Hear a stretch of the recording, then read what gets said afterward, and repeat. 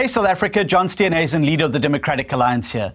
A lot of you have been writing in and making contact with us, asking for an update and progress reports on the various cases that we have instituted against the regulations and the lockdown in South Africa. So I wanted to take a little bit of time today to give you an update about where we're at with these cases and what we expect going forward.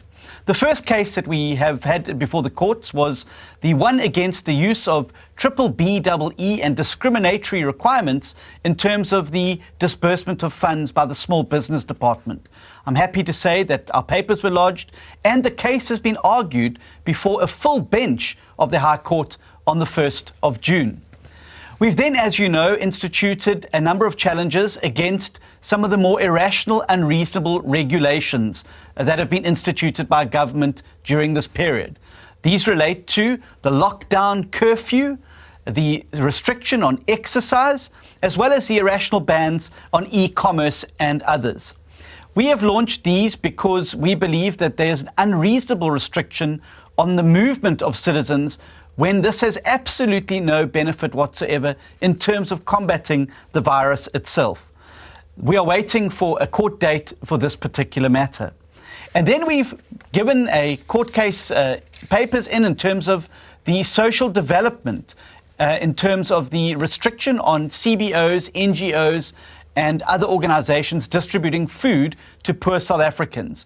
We received a positive interdict in the meantime that prohibits the government from stopping these feeding schemes from taking place and ensures that we can continue to allow the good work being done by these CBOs and NGOs to go out and feed the hungry during this lockdown crisis.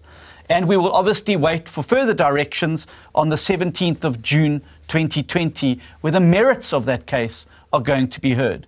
And then, as you know, we've got a constitutional court challenge against the Disaster Management Act itself, because we argue that the Disaster Management Act has completely removed the ability of the elected legislators in the country to have a say in what have been sweeping changes to legislation, from things like the use of tobacco, the sale of alcohol, and the sale of clothing and other aspects of ordinary lives of South Africans. This with no reference whatsoever to the legislative arm of the state.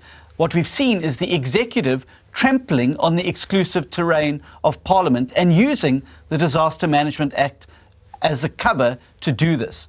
This cannot be right, and we are going to court to challenge this constitutionality precisely because we don't want to have a situation ever again, even in the state of national crisis, where a government can use and abuse the Disaster Management Act to implement authoritarian, petty and draconian regulations on the people of South Africa.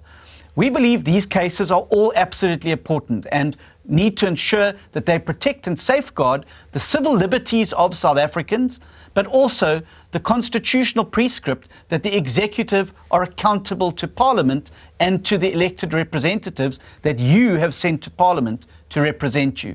We will obviously endeavour to keep you updated as these cases unfold, but we're very excited about the prospects of this, particularly given this week's High Court ruling, which found that many of the regulations were petty and irrational. Now, government may intend to appeal that, and that's up to them. But what it should be is a cause for pause and reflection on whether they've acted in a reasonable and rational way. Our belief is they haven't, and that's why we will use every means at our disposal, either through Parliament or through the courts, to ensure that your rights as a citizen are always protected.